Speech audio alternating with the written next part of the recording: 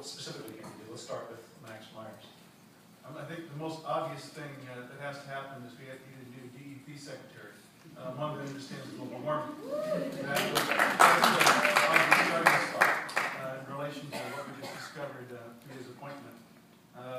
Then beyond that, dealing with the greenhouse gases, much of what we have happening through our own contamination is happening through methane, speaking through the natural gas industry. So we need to tighten up regulations in order for us to see a downturn in the escape of methane.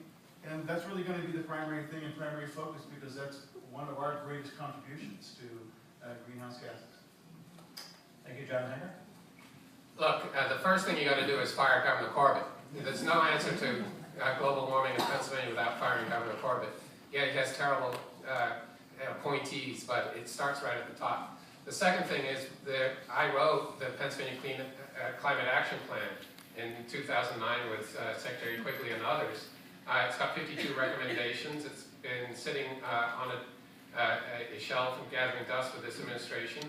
It would cut Pennsylvania's climate emissions by about 1/3 and create over 60,000 jobs. You can cut carbon and create jobs. And we've got to get to work and do all of that. In addition, we Give need us to... one example, John, of one of those steps. You said all these recommendations. Well, one very easy example is to actually build more wind farms and more solar. And I actually did that as DP Secretary and as an environmental advocate and as a public utility commissioner. And I want to also thank Secretary McGinty for her work on those issues. We can, in fact, cut carbon and create jobs, and we need to get to work doing both. Thank you. Pawlowski. Yeah, this is an issue, and especially for Pennsylvania, we contribute 1% of the global warming, the carbons go into the air. We have a problem here, and we do have a plan, as John pointed out. We need to follow through on the plan that was actually created as a result of legislation from 2008. We have the 2009 action plan, which has never been put into place. We can make a difference. Pennsylvania should make a difference. We should stand up and actually implement the plan that we have legislated ourselves. Thank you. Dan Pawlowski. Well, I would agree with everybody on this before me, but I would say that we need to acknowledge the problem, which we don't seem to want to do here in Pennsylvania. I think that's the first step.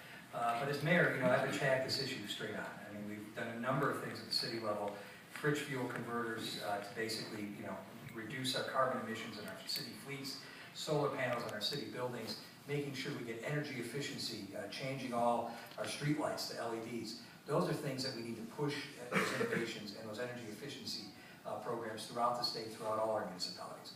We need to lower our carbon emissions overall, and we're going to have a very aggressive approach, and we're going to need to look to put some funding into this.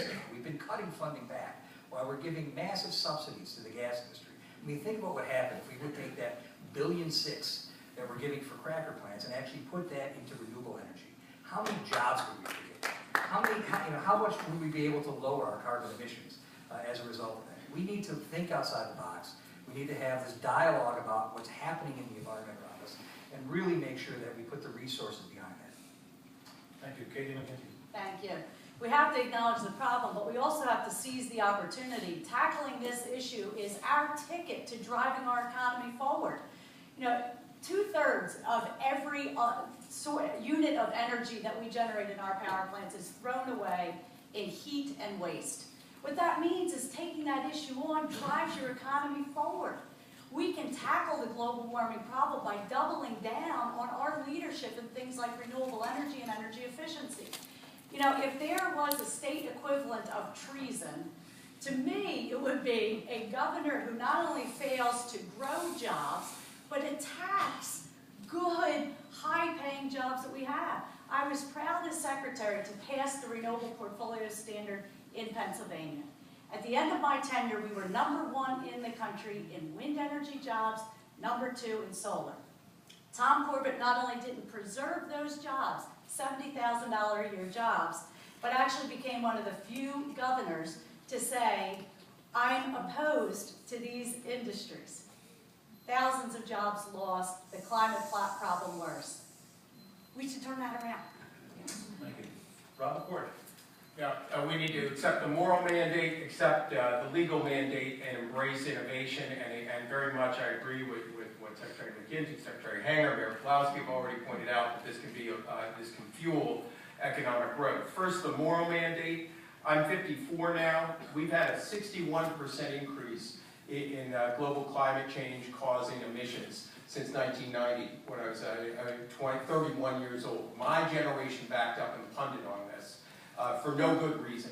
There was a bystander effect that was wrong. Second, the laws are in place, statutorily mandated climate change action plan that Governor Corbett and his team knowingly neglected, and when they finally put it out a year late, it didn't have any emissions reduction goals whatsoever. We need to hold ourselves accountable for that. And third, we need to embrace innovation. I've got Keith Welts here. A lot of you should meet my deputy treasurer. Our home energy loan program and our campus energy efficiency fund, pioneered with Drexel, helps to show how you can embrace financial instruments and have these things pay for themselves, create jobs, and reduce emissions. We'll move on there. Allyson Schwartz?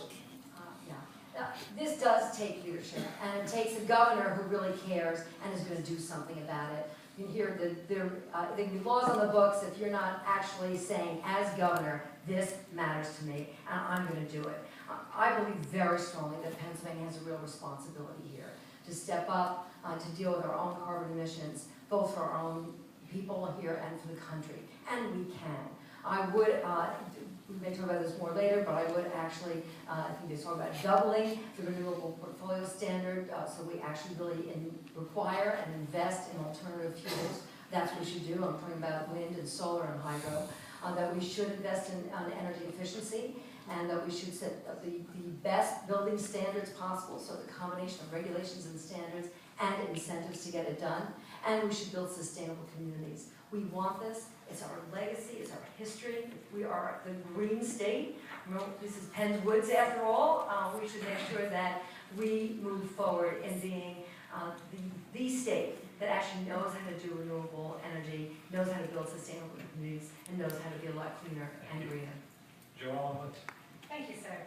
I believe that we need to plant more trees first and foremost. I think that a natural thing to do is plant something that absorbs the carbon dioxide, etc. But I also believe that energy audits are essential. At Lebanon County, we're into our second energy audit with Honeywell, and they have saved us so much money. Our heating bills have dropped, our water bills have dropped. We're saving tens of thousands of dollars a year on water bills. It's crazy. So if we do those sorts of things, we have fewer emissions leaving those buildings, going into the air. We're burning less fuel. But also, there are things that are being done by our housing authorities, and they're doing weatherization programs of old buildings, because there are people who can't afford to weatherize their homes. Things like that, I think, are also important. We can't overlook those things as well. Thank you. Thank you.